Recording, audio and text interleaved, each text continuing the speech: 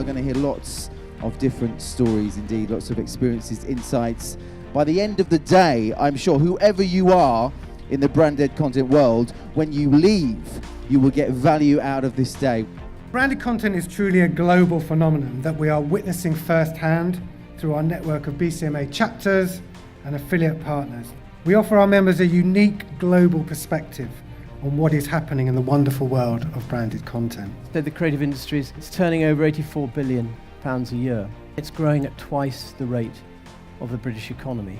It's amazing actually what a golden age it is for money going into content. On top of the 2.6 billion a year that public service broadcasters invest in content, and about another 250 million a year from Sky in original content in this country, you've now got the big investment in European content being made by Netflix and Amazon Prime. I know the downside is it brings Jeremy Clarkson back onto our screens, but you know, there are some things we can live with. We're quite close to Amazon, and they told me that, you know, for my 19-year-old son, Amazon is seen as utility.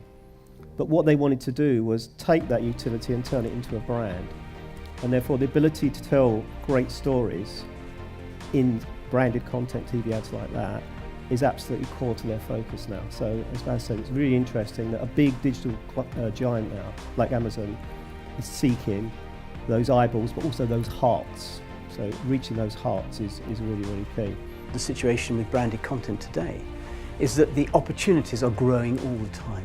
You can actually advertise on traditional media like television and radio quite cheaply. You have the opportunity to go after followers on Facebook and YouTube and so on. It's an opportunity for all people who've got real creative drive. Really, this is the age of branded content. Advertising is content when it's good, and content is advertising when it's bad. So maybe if we can stick to the top one, our audiences and our clients and ourselves will probably have a better time making this stuff. So essentially, if there's no demand for it, just don't make it. It's just as simple as that. So let's just go through some figures. You know, there's 28 billion quid spent on the fashion industry in the UK, but there's no clothes show on broadcast TV.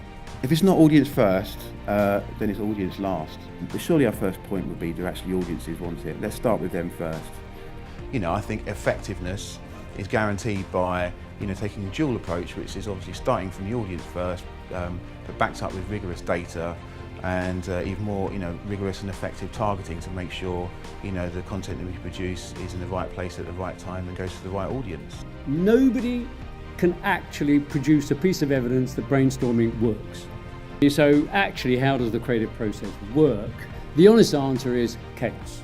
However, having said that, strategy kind of was at the heart of our creative process. What it does is it helps put the creative work into a place that's more compelling and hopefully more different. Is branded content somehow on a different planet? No guys, it's not. You know, and eventually you're going to be found out unless you start producing work that is thoroughly thought through, that has a strategic point behind it, that in some way lasts in people's mind and actually engages and entertains them. We seek where those audiences are, and then we work into that medium. So, you know, if it's a 50+ audience who are mainstream, then you go to ITV Thursday nights. If it's 15-year-old kids, then it's Snapchat.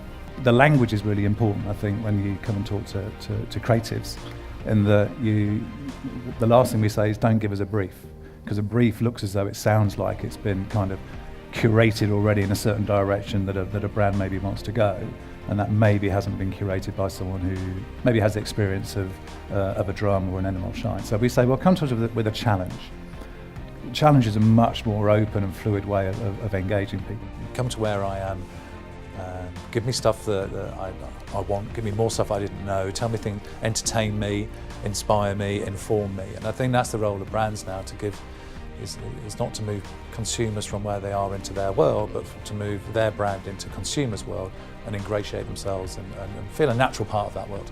I decided to try and make what I like doing a viable lifestyle. So I like going off on expeditions. I wanted to make that viable. There's a brilliant online essay called 1000 True Fans, which if you haven't read it, I'd urge you to read it. And notion behind it is if you've got 1,000 true fans, that is sufficient to make a living, a life from it. And so everything I've ever done in terms of this has been trying to find a core niche of people who really care about what I'm doing. I'm an adventurer, so quite often I work with adventurous brands, so outdoor clothing, watches, cars, that sort of stuff, and the fit then is quite obvious. Sometimes I'm working with brands that are more tangential to that, and then the challenge becomes for both of us trying to tell a story that feels relevant to my core audience, but is also obviously useful to them in order to sell whatever it is they're trying to sell. If we look at that over a spectrum of types of communications that work best in the short term versus the long term, there's response-based advertising that exists, response-based communications that are very good at driving very quick responses. That might be daytime TV ads, it might be generic search, display ads, etc. And as you move along the continuum here, communications get more and more branded. Brands and agencies still talk about viral, still talk about the number of organic views being some measure of success. Organic is very different from buying media, buying eyeballs. When you buy the number of views of a video, obviously you know how much you spent and therefore you know how many eyeballs you've bought from that. Then obviously you'll see the difference between the number of views you bought and the number of views that actually happened, and therefore you'll know the organic views. A lot of content is produced, branded content in particular, for the sake of somebody feeling as though they're doing the right thing, as opposed to thinking about, how is that going to be distributed. Too much of it's a kind of tick box, I've done it, and then the distribution, how it's going to be distributed, is a secondary thought.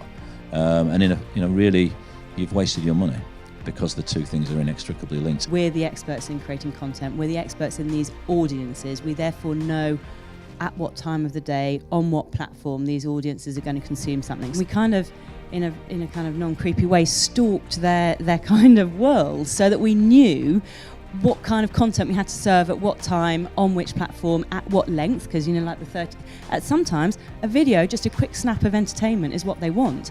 I think there's been a whole rush towards, everyone's so busy, we've got to communicate really quickly, we've got to do things in 3 seconds, we've got to do things without sound, because if that was the case, then Hollywood would be making films within 30 minutes and not 2.5 hours. You need to think about the environment you are communicating to people and then adapt your messaging to that environment. A lot of people want people like Spamfish to endorse what they're doing, but he is a content producer. He has built an audience based on kind of being himself and knowing what his audience react to. We have to work in the right platform in the right way with the right people. You can't just kind of come up with it might be the best idea in the world, but if it's not suitable for his platform, for his distribution, then it's just not going to have the kind of desired impact. The attention span of people is decreasing, you can't argue with that, and we are talking to a very young audience as well. They're digital natives, they literally kind of, they need social interaction kind of as part of everything they do. While they have got a very short attention span, Twitch is a very good platform for them because it is live and responsive and interactive. So if they put something into the chat bar, they most likely will get a reaction out because they can speak directly to the people who are on camera. I think the exciting thing with Twitch is it continues to be a brand new media platform. It's not like the cinema industry or the television industry where there's certain, ordained avenues to success. The great thing with streaming is it is still a brave new world. It's still up to the individual content creator like myself or other people on the platform to make your own content, and you can find out for yourself. Make sure that you know your core brand offering, make sure you know your insight, and make sure you know your consumers.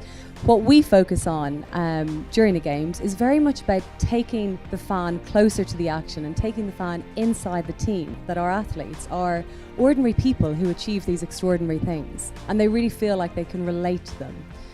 I think all content starts with a great insight, and I think it is almost back to basics on honing in on what is your brand's core insight, and then building a proposition and a story around that. And for us, that's very much what we're looking to do in the future.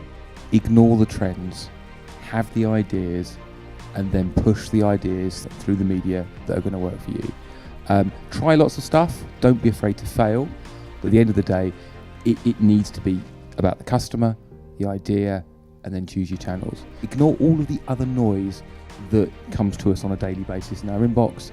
and on news sites and everything else. It does not matter. I mean, if you think about it, we're so much in our infancy in this industry right now. I think ultimately everything is going to become content. I mean, already within Virgin Media, or Virgin Media Business, we define all of our output as content. So even if we're paying for its placement, like those TV ads, like the radio, what we're striving to create at every point is content that people want to watch, they want to listen to, they want to read, they want to engage in.